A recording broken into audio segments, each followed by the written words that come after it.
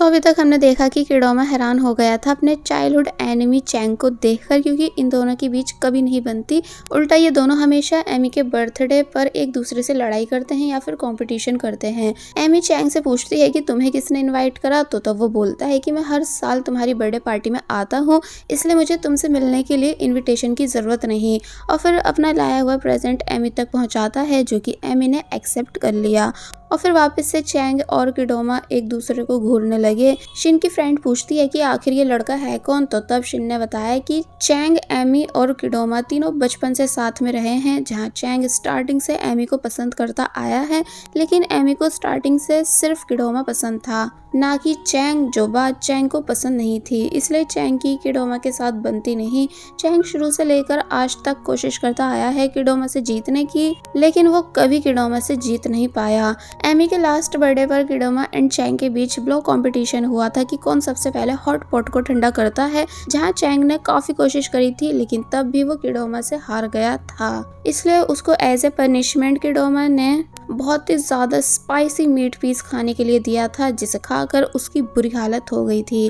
अब हम प्रेजेंट का टाइम देखते हैं कि चैंग एक बार फिर किडोमा से कंपटीशन करने को बोल रहा है, क्योंकि वो हर हाल में किडोमा को हराना चाहता है। इसलिए बोला कि इस बार हम कार्ट रेस कंपटीशन करेंगे। तो तब किडोमा, जो कि मूशिंग की बॉडी में था, वो बोला कि पहले तुम्हें मेरे साथ रेस करनी होगी। चैंग पूछता है कि भला तुम हो कौन जो मैं तुम्हारे साथ रेस करूं, तो तब वो बोला कि मैं वो हूँ जिसने किडोमा को कार्ट चलानी सिखाई है, इसलिए पहले तुम्हें मेरे साथ रेस करनी होगी, फिर किडोमा तक पहुंचना।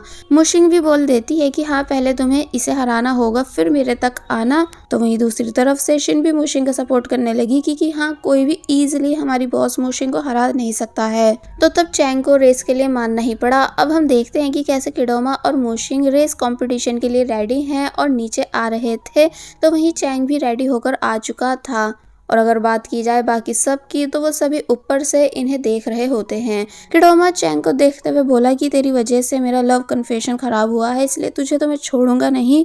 और फिर मुशिंग की सेफ्टी के लिए उसकी सीट बेल्ट लगाने लगा। मुशिंग पूछने लगती है कि तुम्हें ये वाकई चलानी आती है ना, यानी पक्का हम जीतेंगे ना। तो तब किडोमा बोलता है कि ऑफ कोर्स हम जीतेंगे, क्या तुम्हें मुझ पर शक है। जिसके बाद रेस स्टार्ट हो जाती है, जहां पहले चैंग इन सभी से आगे था, जिस वजह से सभी को लगने लगा कि चैंग ही जीतेगा, बट सिर्फ शिंग ही थी जो मुशिंग पर बिलीव कर रही थी, इसलिए जोर जोर से उसको चीयर अप कर रही थी कि तुम ही जीतोगी, जो सब देखकर जियांग हैरान है।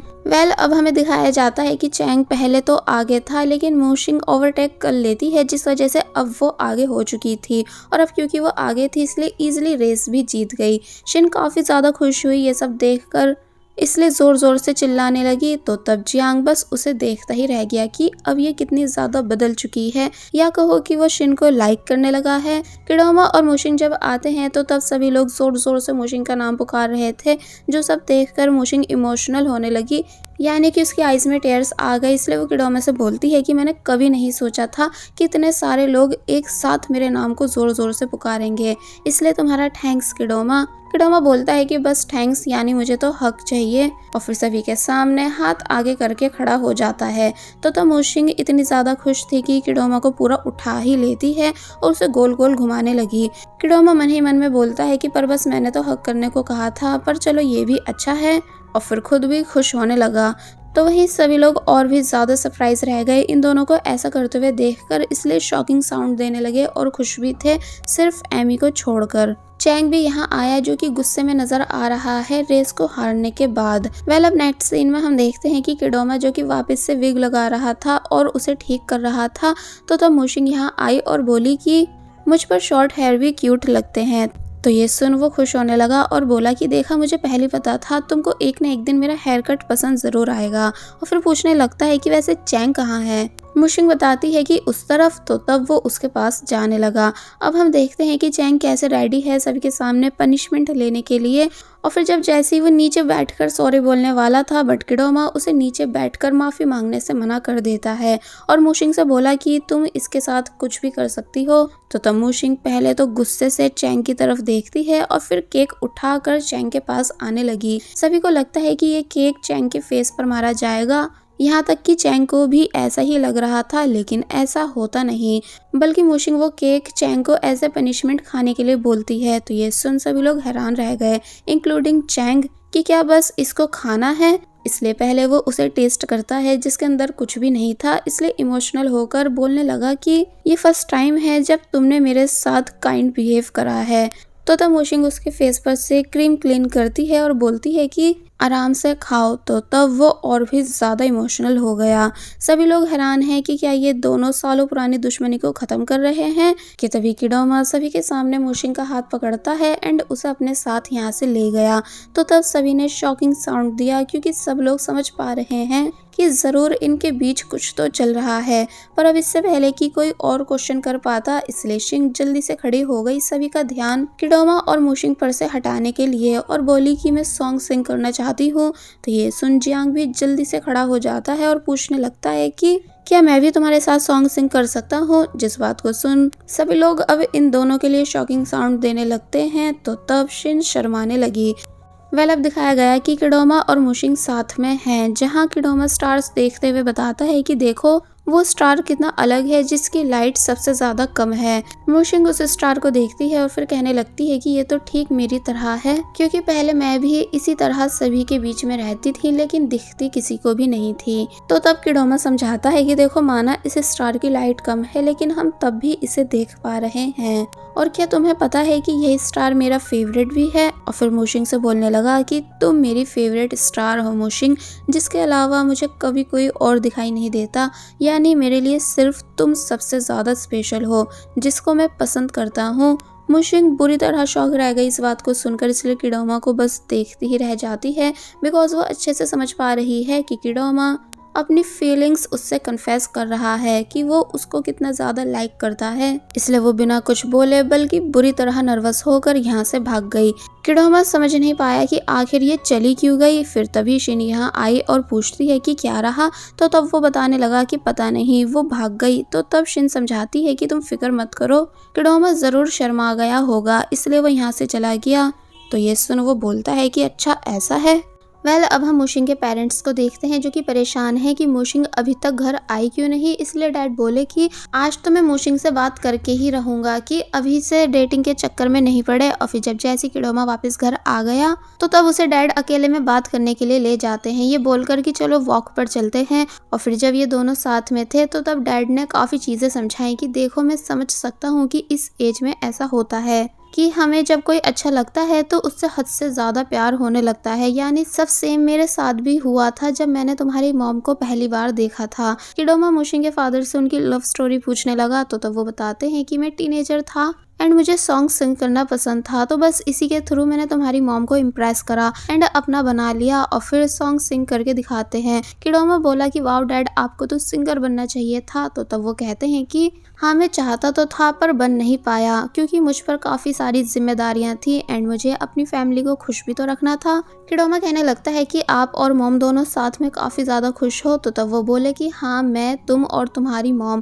हम तीनों साथ में काफी ज्यादा खुश हैं। और फिर समझाने लगे कि लाइफ में हमें सही पार्टनर को चूज करना चाहिए, यानी अगर हम सही इंसान को डेट करेंगे तो हमारी आगे की जिंदगी हमेशा चैन और सुकून से गुजरेगी। इसलिए मोशिंग तुम भी किसी करेक्ट पर्सन को ही चूज करके डेट करना, कोई ऐसा जो तुम्हें समझे। किडोमा ध्यान से उनकी टिप्स और बातों को सुन रहा था, इसलिए बोला कि डैड हाँ मैं अच्छे से आपकी बात को समझ चुका हूँ। और फिर तभी यहाँ से चला गया, जिसके जाने के बाद डैड को रियलाइज हुआ कि मैं अपनी बेटी को समझाने के आया था और किस चीज के लिए मोटिवेट कर दिया है, इसलिए वो अफसोस करने लगे। दूसरी तरफ मॉम जो कि इस इंतजार में है कि उनकी बेटी रोते हुए घर वापस आएगी क्योंकि फादर उसको डांटने जो गए हैं, लेकिन उल्टा होता है, यानी कि किडोमा डांस करता हुआ वापस घर आया और डैड उदास होकर इसलिए बोले कि आज भी काम नहीं बना, अब मैं कल मॉर्निंग में मोशिंग से बात करूंगा। अब नेक्स्ट सीन में हम देखते हैं कि किडोमा मोशिंग के फादर की बातें याद कर रहा है कि हमें राइट पर्सन को डेट करना चाहिए, जो कि उसके लिए और कोई नहीं बल्कि मोशिंग ही है और मोशिंग के लिए वो। इसलिए फिर इमेजिन करने लगा कि जब मैं मोशिंग को डेट करूंगा तो वो कैसे बास्केटबॉल मैच के दौरान मेरे लिए वाटर लेकर आया करेगी और फिर मैं उससे प्यार किया करूंगा, फिर कैसे हम अकेले बैठकर टाइम स्पेंड किया करेंगे, खुश रहा करेंगे। फिर तभी प्रेजेंट में बोला कि पर ये सब होने के लिए हमें हमारी बॉडी में वापस जाना भी तो जरूरी है।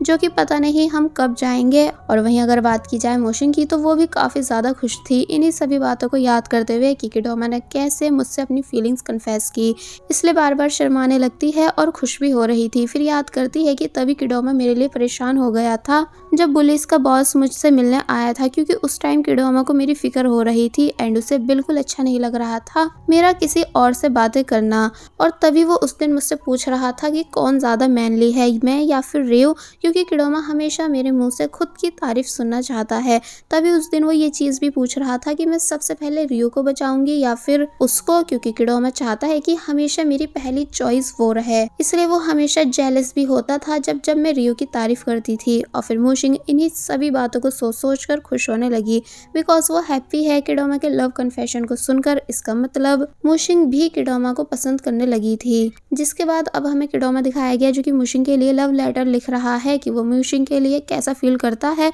तो वहीं मोशिंग किडोमा के बारे में सोचते सोचते सो गई।